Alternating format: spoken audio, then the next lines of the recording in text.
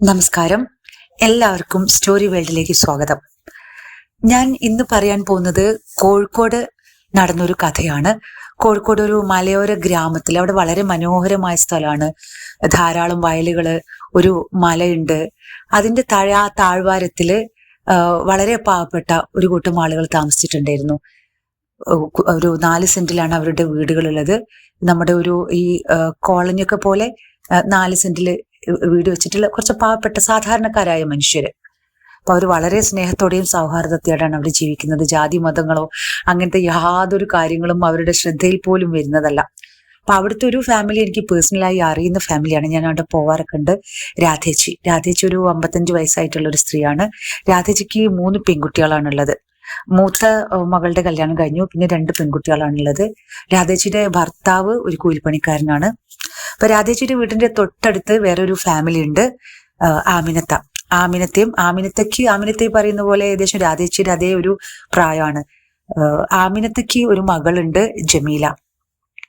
അപ്പം അവരുടെ ഭർത്താവ് ചെറുപ്പം തൊട്ടേ അവരെ ഉപേക്ഷിച്ചതാണ്. അതുകൊണ്ട് വളരെ കഷ്ടപ്പെട്ടിട്ടാണ് ആമിനത്ത ഈ ജമീലെ വളർത്തി വലുതാക്കിയത്.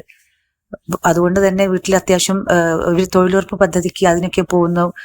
അങ്ങനെയൊക്കെയാണ് ജീവിക്കുന്നത്. ഇടയ്ക്കിടയ്ക്ക് വേറെ കൂലിപ്പണിക്കൊക്കെ പോകുന്നു. അങ്ങനെയാണ് ഇവര് ആ ചെറിയ വീടാണെങ്കിലും അത് ഉണ്ടാക്കിയതും അന്നന്നത്തെ നിത്യവൃത്തി കഴിഞ്ഞു പോകുന്നതും. ഇപ്പൊ ജമീലയ്ക്ക് ഇപ്പൊ ഒരു 25 വയസ്സായിട്ടുണ്ട്. പക്ഷെ കല്യാണമൊന്നും ശരിയായിട്ടില്ല. കാരണം ജമീല അധികം പഠിച്ചിട്ടില്ല. 10ാം ക്ലാസ് വരെ പഠിച്ചിട്ടുള്ളൂ. കാണാനൊക്കെ കുഴപ്പമില്ല. വലിയ സുന്ദരി എന്നൊന്നും പറയാൻ പറ്റില്ല. പക്ഷെ ആള് നല്ല സ്വഭാവമാണ്. പക്ഷെ അതുകൊണ്ടൊന്നും കല്യാണം ശരിയാവില്ലല്ലോ അല്ലെ. ഓക്കെ, അപ്പോ ആ ഒരു വിഷമമുണ്ട് ആമിനത്തയ്ക്ക്. ഇപ്പൊ രാധേച്ചി ആണെങ്കിലും രാധേച്ചിയുടെ ഹസ്ബൻഡും എല്ലാവരും ഇവർക്ക് വേണ്ടി കല്യാണം അന്വേഷിക്കുന്നുണ്ട്. പക്ഷെ ഇവര് അത്യാവശ്യം പൈസയൊന്നും ഇല്ലാത്ത ആളുകളാണല്ലോ. അപ്പൊ അതുകൊണ്ട് തന്നെ കല്യാണമൊന്നും അങ്ങനെ ശരിയായിട്ടില്ല. അപ്പൊ ആ ഒരു വിഷമുണ്ട് ആമിനത്തയ്ക്ക്. അപ്പൊ ആമിനത്ത പണിക്ക് പോകുമ്പോഴും അല്ലെങ്കിൽ ഈ ബന്ധുക്കളുടെ അടുത്തൊക്കെ പോകുമ്പോഴും ഒക്കെ ഇങ്ങനത്തെ കാര്യങ്ങൾ, മകളുടെ ഒരു കല്യാണാലോചനയ്ക്ക് അങ്ങനെ ശ്രമിക്കാറുണ്ട്. പക്ഷെ പണം ഇല്ലാത്ത ആൾക്കാരൊക്കെ ആകുമ്പോൾ ബന്ധുക്കളും വലിയ ശ്രദ്ധ ഒന്നും കൊടുക്കില്ലല്ലോ. അപ്പൊ അവർക്കും ആമിനത്ത അവരെ വീട്ടിലേക്ക് ചെല്ലുന്നതും ഒന്നും ഇഷ്ടമല്ല. കാരണം എന്തെങ്കിലും സഹായത്തിന് വേണ്ടി ആയിരിക്കോ എന്നൊക്കെ വിചാരിച്ചിട്ട്. അതുകൊണ്ട് ആമിനത്ത ഇപ്പൊ ഈ അടുത്തൊക്കെ ആയിട്ട് അങ്ങനെയൊന്നും ഒരു സഹായത്തിനും അല്ലെങ്കിൽ ബന്ധുക്കളുടെ വീട്ടിലേക്കൊന്നും പോവാറില്ല. പക്ഷെ ഈ നമ്മുടെ രാധേച്ചും ഇവരും ആമിനത്തി വളരെ വളരെ എന്താ പറയുക, സപ്പോർട്ടാണ് പരസ്പരം. അത്ര സന്തോഷത്തിലും സ്നേഹത്തിലാണ് ജീവിക്കുന്നത്. അപ്പൊ ഒരു നേരം എന്തെങ്കിലും ഭക്ഷണം വെച്ചിട്ടില്ലെങ്കിൽ അല്ലെങ്കിൽ കറി ഇല്ലെങ്കിൽ രാധേച്ചു അങ്ങോട്ട് കൊടുക്കും, അല്ലെങ്കിൽ ആമിനത്ത് അപ്പുറത്തെ വീട്ടിലോട്ട് കൊണ്ടുകൊടുക്കും. അങ്ങനത്തെ ഒരു ബന്ധമാണ്. എന്തെങ്കിലും പ്രശ്നങ്ങളോ ബുദ്ധിമുട്ടോ ഒക്കെ ഉണ്ടെങ്കിൽ നല്ലോണം പരസ്പരം അറിഞ്ഞ് സഹായിക്കുന്ന 2 ഫാമിലിയാണ്. അങ്ങനെ കുറച്ച് കഴിഞ്ഞപ്പോ ഈ തമിഴ്നാട്ടിൽ നിന്ന് ഈ തുണിയൊക്കെ കൊണ്ട് നടന്ന് വെക്കുന്ന ആൾക്കാരില്ലേ, ഓക്കെ, അങ്ങനെ ഒരാള് ഇവരെ വീട്ടിലോട്ട് വന്നു. അങ്ങനെ ജമീലെ കണ്ട് ഇഷ്ടപ്പെട്ടു. അങ്ങനെ ഒരു കല്യാണം കഴിച്ചു കൊടുത്തു. വലിയ കല്യാണം എന്നല്ല, ചെറുതായിട്ട് അല്ലെ, ഒരു ചെറിയൊരു മാലയും കമ്മലും അങ്ങനെ പള്ളിയിൽ നിന്ന് നിക്കാഹ് ചെയ്തു കൊടുത്തു. അങ്ങനെ ഇയാള് തമിഴ്നാട്ടിലോട്ടൊന്നും കൊണ്ടുപോയിട്ടില്ല. കാരണം ഇയാൾ ഇങ്ങനെ നടന്ന് പല സ്ഥലങ്ങളിലും കച്ചവടം നടത്തുക ചെയ്യുന്നത്. അപ്പോൾ ഇയാൾ മാസത്തില് 1 2 തവണ വരും. അങ്ങനെയാണ്. എന്നാലും പണ്ടത്തേനേക്കാളൊക്കെ കുറച്ചും കൂടെ ദാരിദ്ര്യമൊക്കെ കുറഞ്ഞു വീട്ടിൽ നിന്ന്. കാരണം ഇയാൾ എപ്പോഴെങ്കിലും വരുമ്പം സാധനങ്ങളും പൈസയൊക്കെ കൊടുക്കും. അപ്പൊ കുറച്ചൊക്കെ ഒരു സന്തോഷം. എന്നാലും ആമിനത്ത് സ്ഥിരം പണിക്ക് പോവാറുണ്ട്. ഈ ജമീല വളരെ നല്ല സ്വഭാവമാണ്. പക്ഷെ ജമീലയ്ക്ക് ചെറിയൊരു പ്രശ്നമുണ്ട്. അതായത് ജമീല ചെറുപ്പം തൊട്ടേ ഈ റേഷൻ കടയിൽ നിന്ന് മണ്ണെണ്ണ കൊണ്ടുവച്ചാല് അത് ഉമ്മ കാണാണ്ട് എടുത്ത് കുടിക്കും. ചെറുപ്പം തൊട്ടേ കുടിക്കുന്നു. ചെറുപ്പം കുറച്ചായിരുന്നു കുടിക്കാറ്. പക്ഷെ പിന്നൊക്കെ കുറച്ച് കൂടുതൽ കുടിച്ചു തുടങ്ങും. അങ്ങനെ ഒരു ദിവസമൊക്കെ സുഖമില്ലാണ്ട് ആശുപത്രി കൊണ്ടുപോയി. ഡോക്ടർ കർശനായിട്ട് പറഞ്ഞു, ഇതിങ്ങനെ ചെയ്യാൻ പാടില്ല, അത് കൂടുതൽ അളവിലായിട്ടുണ്ടെങ്കിൽ അപകടമാണെന്നൊക്കെ പറഞ്ഞു. പക്ഷെ ഇത് ജമീല തുടക്കം മുമ്പേ ഇങ്ങനെ ചെയ്ത് ശീലിച്ചുകൊണ്ട് അവൾക്ക് ആ ഒരു ടേസ്റ്റ് ഇഷ്ടപ്പെട്ടു തുടങ്ങി. അങ്ങനെ ഒരു ദിവസം ഇതുപോലെ ആമിനത്ത ജോലിക്ക് പോയതാണ്. ജമീല കല്യാണം കഴിഞ്ഞ് ഇപ്പൊ 2-3 മാസമായി. അപ്പൊ ഭർത്താവ് വന്നു പോയതേ ഉള്ളൂ. അപ്പൊ ജമീല അതുപോലെ പണിക്കൊന്നും പോകുന്നില്ല. ജമീല വീട്ടിലെ ജോലിയൊക്കെ കഴിഞ്ഞ് കിടന്നുറങ്ങാൻ പോയി. അങ്ങനെ ആമിനത്തെ പണിക്ക് പോയതിന് ഏകദേശം ഒരു ഉച്ച സമയമായി. അപ്പോഴാണ് നമ്മുടെ രാധേച്ചി വന്നിട്ട് വിളിക്കുന്നത്. അന്ന് വാതിൽ അങ്ങനെ കൊട്ടി അടച്ചിട്ട് അങ്ങനെയൊന്നുമില്ല, വാതിൽ ചാരിറ്റേ ഉള്ളൂ. കാരണം കള്ളന്മാര് വന്നാലും അങ്ങനെ കൊണ്ടുപോകാനും സാധനങ്ങളൊന്നും അധികമൊന്നുമില്ല. അപ്പൊ രാധേച്ചി ഇങ്ങനെ വിളിച്ചു ചോദിക്കുന്നുണ്ട് ആമിനത്ത എവിടെയാ. അപ്പം ആമിനത്ത ഇല്ല, പണിക്ക് പോയതാണല്ലോ. അപ്പൊ അകത്തേക്ക് ചെന്നിട്ട്, കാരണം അന്ന് രാധേച്ചി എന്തോ ഒരു സ്പെഷ്യൽ ഫുഡിന് ഉണ്ടാക്കിയിട്ടുണ്ട്, അപ്പൊ അത് കൊടുക്കാൻ വേണ്ടിയാണ് വിളിക്കുന്നത്. ജമീല നിക്ക്, ഇത് വാതില് നീ അകത്തുനിന്ന് കുച്ചിട്ടുണ്ടോ തുറന്നേന്ന് പറഞ്ഞ് നോക്കുമ്പോ വാതിൽ കുച്ചിട്ടില്ല. അപ്പൊ തുറന്നപ്പോ നല്ല ചൂടുള്ള കാലമാണ്. അപ്പൊ നോക്കുമ്പോ ജമീല നിലത്ത് ഇങ്ങനെ കിടക്കുകയാണ്, ഇടനാഴിയില് കിടന്നുറങ്ങുക. അവർക്ക് സ്ഥിരം ഒരു കിടത്തുണ്ട്. അപ്പോ രാധേച്ചി അവളെ വിളിച്ചു, എന്താ ഈ ഉച്ചനേരത്ത് ഉറങ്ങുന്ന ജമീല, ഭക്ഷണം കഴിക്കണ്ടേ? ഓക്കെ, ഇതാ നിനക്ക് ഇഷ്ടമുള്ള കറി കൊണ്ടുവന്നിട്ടുണ്ട് പറഞ്ഞു. ഇനി ഈ ചക്കയുടെ ഒരു കൂട്ടാനാ അത്. ഈ ചക്ക ഇങ്ങനെ അധികം പഴുക്കുന്നതിന് മുമ്പ് പുഴുങ്ങിട്ട് നല്ല രസത്തിൽ വെക്കും, തേങ്ങൊക്കെ അരച്ചിട്ട്. അപ്പൊ അത് ഇവർക്ക് നല്ല ഇഷ്ടമാണ്. അപ്പൊ അതുകൊണ്ടാണ് വന്നിട്ടുള്ളത്. അപ്പൊ ജമീൽ എത്ര വിളിച്ചിട്ടും നീക്കുന്നില്ല. അപ്പൊ രാധേച്ചി എന്ത് ചെയ്തു, വാതിൽ ചാരി വേഗം അകത്തേക്ക് വന്നപ്പം രാധേച്ചി അവസാനം കുലുക്കി വിളിച്ചു. അപ്പൊ രാധേച്ചി ശരിക്കും ഞെട്ടിപ്പോയി, കാരണം തൊട്ടമ്മ ശരീരം ആകെ തണുത്ത് കിടക്കുകയാണ്.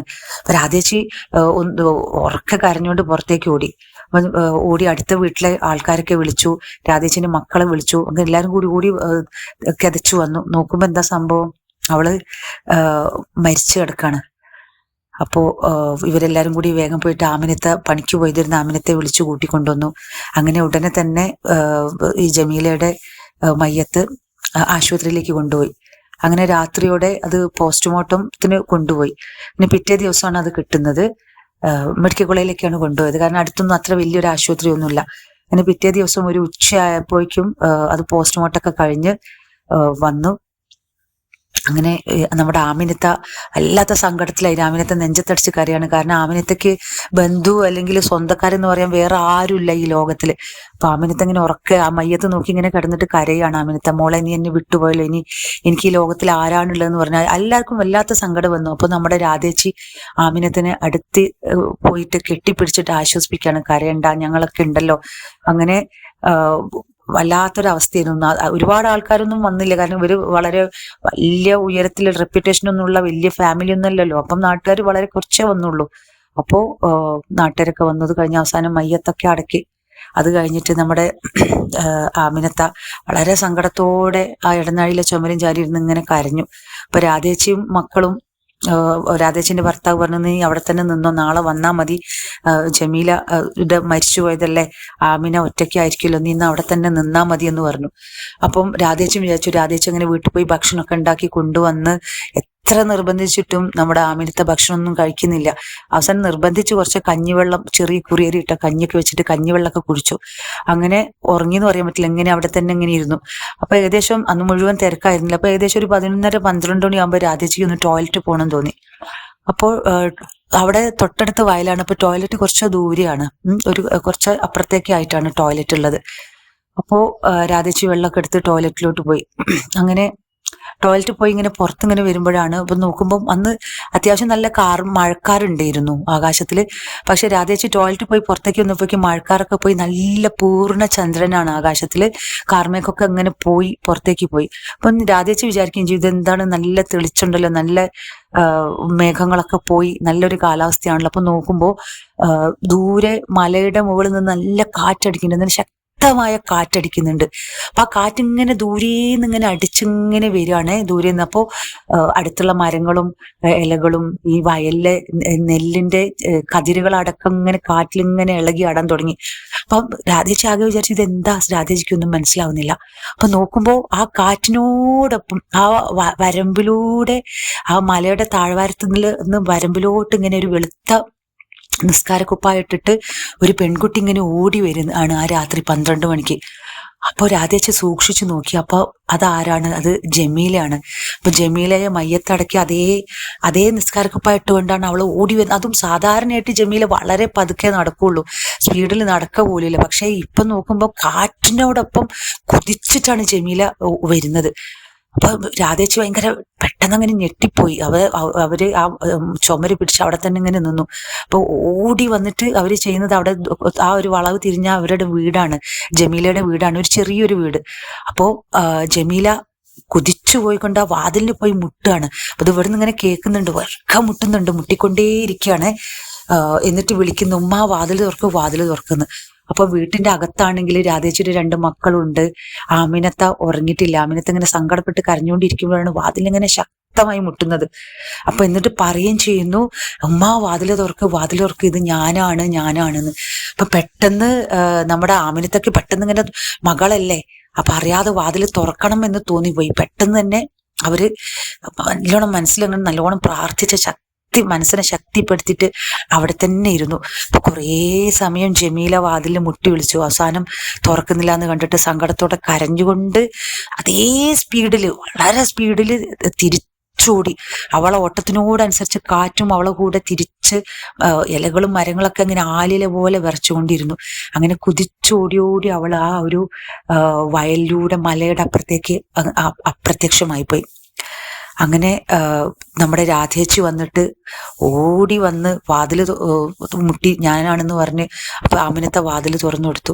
രണ്ടാളും കൂടി കെട്ടിപ്പിടിച്ച് കരഞ്ഞു. അപ്പം രാധേച്ചി ചോദിച്ചു, എന്താ ആമിന നീ വാതില് തുറന്നു കൊടുത്തിടുന്നു, അത് നമ്മുടെ മോളല്ലേന്ന്. അപ്പം ആമിനത്തെ പറഞ്ഞു, നമ്മുടെ മോളാണ്, പക്ഷെ അവള് മരിച്ചു പോയില്ലേ, ഇനി നമുക്ക് അവളെ എങ്ങനെ സ്വീകരിക്കാൻ പറ്റും. അങ്ങനെ രണ്ടുപേരും, അതുപോലെ രാധേച്ചിയുടെ 2 മക്കളും അവിടെ ഇരുന്ന് ഉറക്ക കരഞ്ഞു. അപ്പൊ ഈ കഥ എനിക്ക് രാധേച്ചി തന്നെയാണ് എനിക്ക് ഷെയർ ചെയ്ത് തന്നത്. ഞാൻ 2 മാസം മുമ്പ് രാധേച്ചിയെ കണ്ടപ്പോൾ രാധേച്ചി നന്നായിട്ട് കഥ പറയും. രാധേച്ചി ഈ കാര്യം പറഞ്ഞപ്പോൾ എനിക്ക് ആമിനത്തെ അന്ന് കാണാൻ പറ്റിയില്ല. എനിക്ക് വല്ലാത്ത സങ്കടമായി. അവരിപ്പോഴും നമ്മുടെ ആമിനത്ത് ഇപ്പോഴും ഒറ്റയ്ക്ക് തന്നെയാണ് താമസിക്കുന്നത്. ഇപ്പോഴും അവർ കൂലിപ്പണിക്ക് പോകുന്നുണ്ട്. കുറച്ച് പ്രായമായി വരുന്നു, എന്നാലും ഒറ്റയ്ക്ക് ഇങ്ങനെ ജീവിക്കുകയാണ്. രാധേച്ചി അവിടുന്ന് വേണ്ട സഹായങ്ങളൊക്കെ ചെയ്തു കൊടുക്കുന്നുണ്ട്. എന്നാൽ അവർക്ക് വല്ലാത്തൊരു ഏകാന്തതയാണ്. അവരിപ്പോഴും പറയാറുണ്ട് അത്രേ, അന്ന് മകള് വന്ന് വാതിലിന് മുട്ടിപ്പോ ഒന്ന് തുറന്നു കൊടുത്താൽ മതിയായിരുന്നു, അങ്ങനെ ആയിരുന്നെങ്കിൽ ഒരുപക്ഷെ അവൾ ഒരിക്കലും എന്നെ പോകുമായിരുന്നില്ല എന്നൊക്കെ പറയും അത്രേ. ഇന്നത്തെ എൻ്റെ കഥ എല്ലാവർക്കും ഇഷ്ടപ്പെട്ടു എന്ന് കരുതട്ടെ. നന്ദി, നമസ്കാരം.